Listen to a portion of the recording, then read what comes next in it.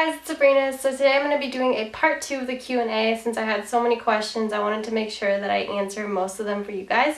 So I'm just going to answer a couple more questions and then go from there. So first of all, another question that I got asked is, what do you do to not have acne and pimples? I'm not sure what helps with that. I actually don't really use any like moisturizers or cleansers on my face. I kind of just like wash my face in the morning, wash it in the shower, like normally with just water. I don't really put anything at all on my face. And I have just never really suffered from acne before. When I was growing up, at one point I think in middle school I had like a little bit of acne just like in this area right here, which was really weird, and I couldn't get rid of it for about a year. But then afterwards it just went away. At that point I was using something called SabsBeauty, which I think they still sell. It's 10% benzoyl peroxide, and that would help with like any pimples that I did have.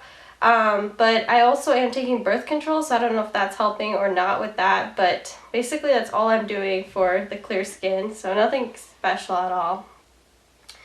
How many hours a day do you study? I study, it depends on the day. So on the weekends, like on Saturdays and Sundays, I study anywhere from like 4 to 8 hours a day. Sometimes I do have 12-hour days on the weekend, but that drives me crazy sometimes and I just can't handle it.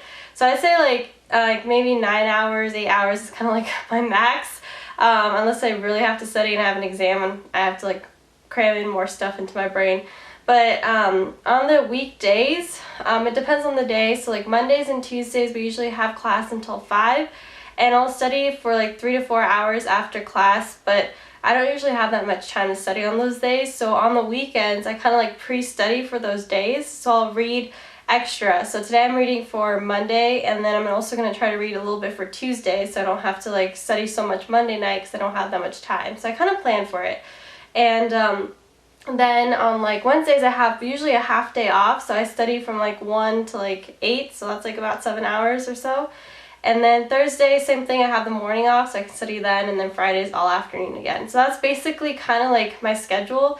How do you manage your stress when you have an extremely important test? I just try to stay on top of my studying, and I make sure that I'm always using my time effectively and I'm not wasting it, because if I was wasting it then I'd probably have to be cramming more and worrying more about an exam. So I just try to stay on top of things I don't understand, I know I need to focus more on, or concepts like that. And I make sure I try to have that down before like the weekend before the exam.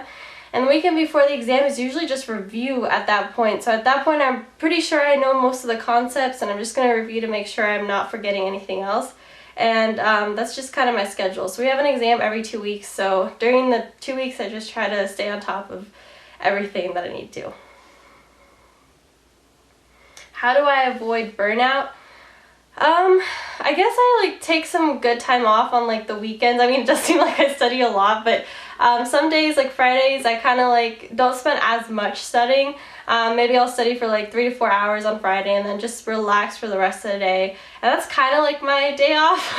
I was talking to one of the med school students, he's like, I don't take any days off. And I'm like, I kind of take a couple of hours out of my Friday off to just relax and stuff. And but then most of the time, especially on like the weekends that we have off, so we don't have an exam on Monday, like this weekend, I spent like more time relaxing and studying, but not like freaking out or anything about anything I don't know, and realizing that I still have time to catch up. So these are my favorite weekends. So that's kind of just how I avoid burnout, is I try to find time to do things I like, which includes working out. I try to do that almost every day if I can. I watch TV shows too, and that helps to like keep me relaxed at night. Right before bed I try to like watch some TV so I stop thinking about school. So that's kind of just how I avoid burnout. Work really hard during the day and then just relax at night. What are your plans after finishing med school? Do you think you'll be living in the US, or would you consider moving to Romania in the future? I think I am going to be staying in the US after medical school. I know it's like super hard to move across the country and to move to different areas. With a medical school degree from America. I think there's like different types of tests you'd need, and maybe you'd need like different board examinations in different countries, I think in Europe. So I think it'd be really hard to leave. And I'm not sure where I'm going to go. I might even stay in town here because I know we need a lot of doctors here, but I don't know if I'm going to go to a different state or what's going to happen. I guess it kind of depends on residency and where I get in, but I'm pretty sure I'll be living in the US in the future, and maybe I'll do the Doctors Without Borders to a different country. Why did your family end up living in Las Vegas? That's mostly because of jobs, and we used to live in a really small town in Northern California where my dad was working from home from LA and my mom had a part-time job, and they just couldn't find like other jobs. And it was during that crisis in 2008 when my dad lost his job, so we ended up having to move. And we'd actually bought in a house in Las Vegas that past year, and we decided to move to Las Vegas randomly. So we kind of like packed up our things, and right before I started high school, I ended up moving to Las Vegas, and my dad got a job there really quick, and so did my mom, or here, I guess we live here. And they've been working there ever since, but yeah, it was a rough time back then, so a lot of people were getting laid off, and my dad was in no way going to move to LA, and that's kind of what the boss was telling him he had to do. Do you have any advice for doing really well in an interview? Practice, I think, would be really helpful right before an interview, and it depends on the type. If you have an MMI, go online, look up YouTube videos for MMI, there's tons of them on YouTube, and kind of just like listen to what types of ways you can answer those questions and figure out what best fits your personality and how you would best answer a question, and just practice and practice and practice, and have your friends ask you questions or your family ask you questions. Pretend like you're in the interview, do a mock interview with someone, and that'll get you to like think about different like ethical questions and ways you'd answer them and stuff. And if it's just a standard interview, like look up different standard questions online, because they also have those. Like the typical one is, why do you want to be a doctor? So try to think about an answer to that one, and just practice that as well. Practice like answering questions like, what would you do in a conflict, or what made you want to go to this school? Think about reasons why you want to specifically go to that school. Just think about yourself as a person, and maybe write out like qualities and stuff that make you you. And basically when you go to an interview, it's just who you are, and you're just trying to like sell yourself. I don't know how to explain it. Like you're trying to like show who you are as a person to another person. Do you wear makeup every day, and what products do you use? I do wear makeup every day, except for on the weekends. I normally don't wear makeup unless I am hanging out with friends or doing something. And by makeup, I mean I wear concealer and I curl my eyelashes. I use the CoverGirl concealer, or this new one that I bought. I think it's also by CoverGirl. And I just put it underneath my eyes, usually because I just have dark circles, and it's something I've been struggling with my whole life. And a lot of people are always like, are you tired? Like if I don't wear makeup, so I've just gotten into the habit of wearing makeup now. And I like to curl my eyelashes, and that's basically all I do. Some days during the week I even add some liquid eyeliner, or I put on mascara, but normally it's just the concealer and the curled eyelashes. Does med school help you get over your shyness? This is something I definitely struggle with, and I think it's been helping by like going out and working with like classmates and people out in the community and stuff. And with our community service projects, we have to communicate with other people. And with my primary care clerkship, I have to hang out with my doctor, I have to talk to him, I have to talk to the patients, and I think it's been helping me like branch out of my shyness and realize that to become a doctor, you can't really be shy. So I've been working on that, and I think it really has been helping me, which is really cool. How did you and Corey meet? We had a million classes together. We actually were both biochemistry majors, and I like first saw him my sophomore year of undergrad at UNR. And that's when I like first noticed him, but I never like talked to him. Of course, did not make any like move or anything. I just kind of stared at him, was like, he's really cute, and then got distracted. And then my junior year again, I like re-noticed him and was like, you know what, I'm gonna try to make a move on this guy, because I can tell he's really shy and I don't think he's ever gonna do it. So I started kind of like sitting closer to him, which is really weird. I like slowly creeped up and sat closer to him, and then sometimes he'd like talk to me and be like, hey, what's up, or how'd you do on this exam, or what do you do in studying, and stuff like that. So then we talk, but then we'd go like a couple days without talking. I was like, how do we like progress to a relationship? And then he finally added me on Facebook, and I was like waiting for him to message me, and he doesn't, and I'm like, okay, this is it, I gotta do it. So I messaged him on Facebook, and I'm like, hey, I need help with one of the problems that we have for our worksheet due on Monday. And he's like, oh, okay, I can totally help you with that. He's like, what's your number? And that's basically how it started. So we met in like the nerdiest way possible, and like started dating in like the nerdiest way possible.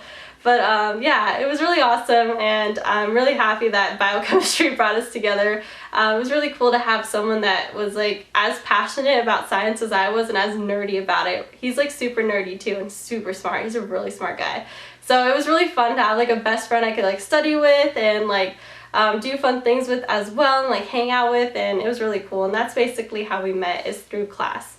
So you know, if there's a shy guy out there and you've been interested for a while, sometimes girls have to make the first move. So I made the first move, and it's definitely one of my one of my happiest moments in life, and one of my biggest regret would probably have been never to have talked to him. So sometimes you just gotta get out of your shell and go for it. So yep, there you go. If you need a little boost of confidence, talk to the cute guy you like, go for it, girl, you got this. How many hours of sleep do you get per night? So I love sleeping, and I think it's super important to sleep.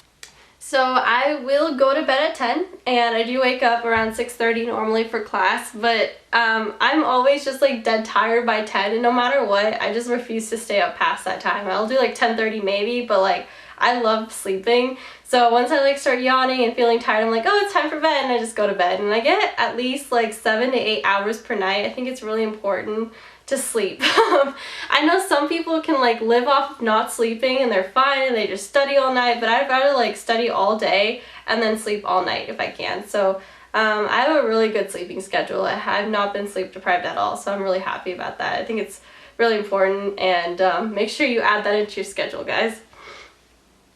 How do you balance school studies with a social life? So that's also hard. I definitely am picking school over social life all the time, and there has been times where I literally just like don't go anywhere all weekend and just stay home and study. But there are some weekends where I'm like, you know what, go have fun, go hang out with some med school students, and let's go all out together. So like this Friday I went out with some of the med school students, and it was really, really fun. And I'm super happy that I did go out. I was like, at the point where I was like, oh, I'd rather go to bed and wake up early and study and feel refreshed. And I was like, no, you gotta go out and you gotta talk to other people and mingle. So I like made myself go out, and I'm really happy about it. I think it was a really good choice. And so once in a while I do go out and I do try to have fun, because you need to balance it. Like you can't just be studying all the time. I mean, some people can be, but I think it's really fun, and I got to like hang out with them and kind of bond with them too, which was really cool, and also took me out of my little shy shell, which usually just likes to stay home and not go out and talk to other people. So that was good. But I think that's it for all the questions I'm going to answer, since the video is getting pretty long again. And I'm thankful for you guys for asking all of these amazing questions. And so I will probably try to film a video soon of just like a weekly vlog of me studying.